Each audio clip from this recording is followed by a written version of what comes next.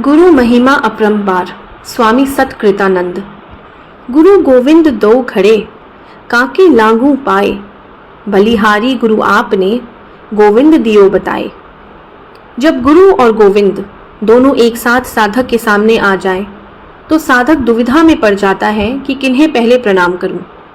कबीरदास जी ने अपने इस दोहे में आगे इसका उत्तर देते हुए कहा है, अगर गुरुदेव ना होते तो भगवान को तो वह पहचान ही नहीं पाते, इसलिए गुरुदेव ही सबसे पहले प्रणम्य हैं।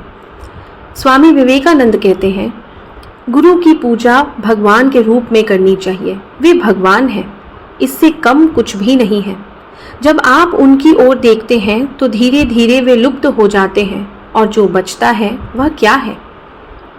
गुरु की प्रतिमा स्वयं भगवान को प्रकट करने का स्थान देती है। गुरु भगवान का उज्जवल मुखौटा है, जिसे भगवान हम तक पहुंचने के लिए धारण करते हैं। जैसे जैसे हम निरंतर गुरु को देखते हैं, वैसे वैसे यह मुखौटा गिर जाता है और भगवान प्रकट हो जाते हैं। जब भगवान हमारे समक्ष आने की ठान लेते हैं, तो वे गुरु बन जाते हैं और हम लोग किस प्रकार से उनकी प्राप्ति कर सकते हैं, उस विशेष पथ का हमें भली भांति निर्देश करते हैं। इसलिए तो गुरु परम दाता कहलाते हैं। गुरुदेव अपनी कठिन से कठिन साधनाओं से अर्जित आध्यात्मिक संपदा को शिष्यों में बांटकर उनका उद्धार करते हैं। श्री राम कृष्ण देव हमें सिखाते हैं, सच्चिदानंद ही गुरु है। यदि कोई मनुष्य गुरु के रूप में तुम्हारा चैतन्य जागृत कर दे, तो जानो कि सच्चिदानंद ने ही उस रूप को धारण किया है। गुरु मानो सखा है, हाथ पकड़कर ले जाते हैं। सच्चिदानंद ही गुरु रूप में आते हैं। मनुष्य गुरु से यदि कोई दीक्षा लेता है, तो उन्हें मनुष्य मानने से कुछ नहीं होगा। उन्हें साक्षात ईश्वर मानना होगा, तभी मंत्र पर विश्वास होगा। विश्वास हुआ कि सब कुछ हो गया। देव की मुखारविंद से निकले उपदेशों एवं शास्त्रों में निर्दिष्ट उपदेशों को सत्य समझकर साधन करने से ही साधक सफलता की प्राप्ति कर पाता है। शास्त्रस्य गुरुवाक्यस्य सत्य बुद्ध्यावधारणम सा श्रद्धा कथिता सद्भी यया वस्तुपलभ्यते। अद्वैत वेदांत हमें सिखाता है कि हर जीवात्मा मूलतः परमात्मा ही है। जीव शिव है। इनमें भेदभाव तो अज्ञान से होता है। सारा जगत विचित्र नाम रूप तथा आकृति से भरा हुआ एक ब्रह्म का ही विविध प्रकाश है। एक ही सत्य है, कोई भेद नहीं है।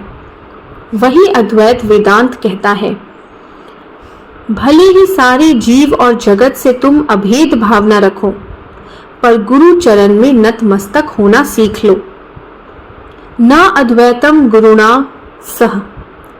गुरु कृपा से ही अद्वैत सिद्धांतों का अभ्रांत और निश्चयात्मक अनुभव संभव होता है। छांदोग्य उपनिषद में चतुर्थ से नवम खंड जाबाल सत्यकाम की कथा है।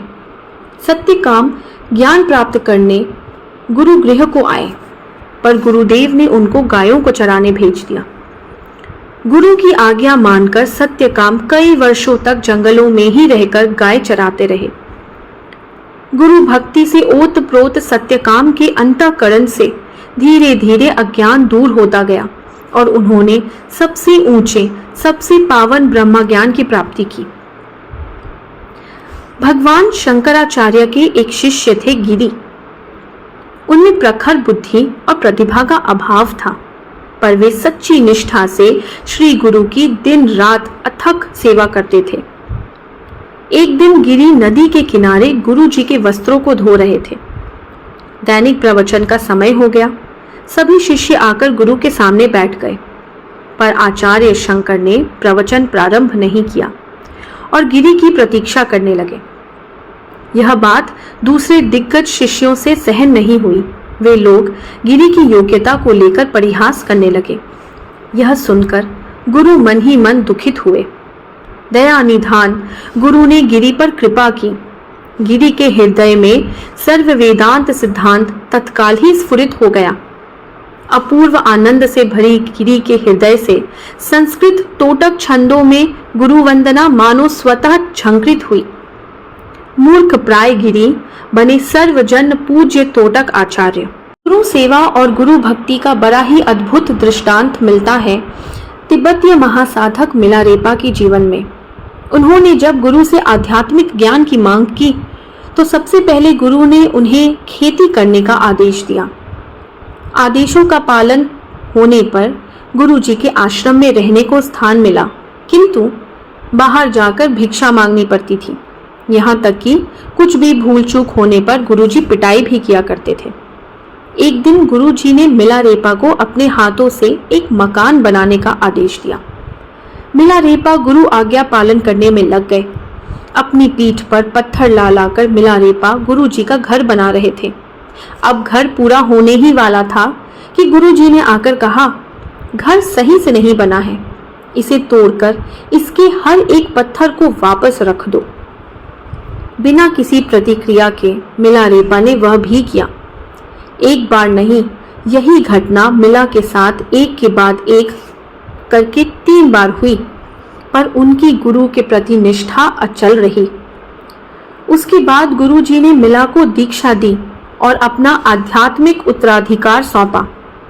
प्रेम, करुणा, दया और मैत्री भावना से पूर्ण मिलारेपा एक दिव्य पुरुष बन गए।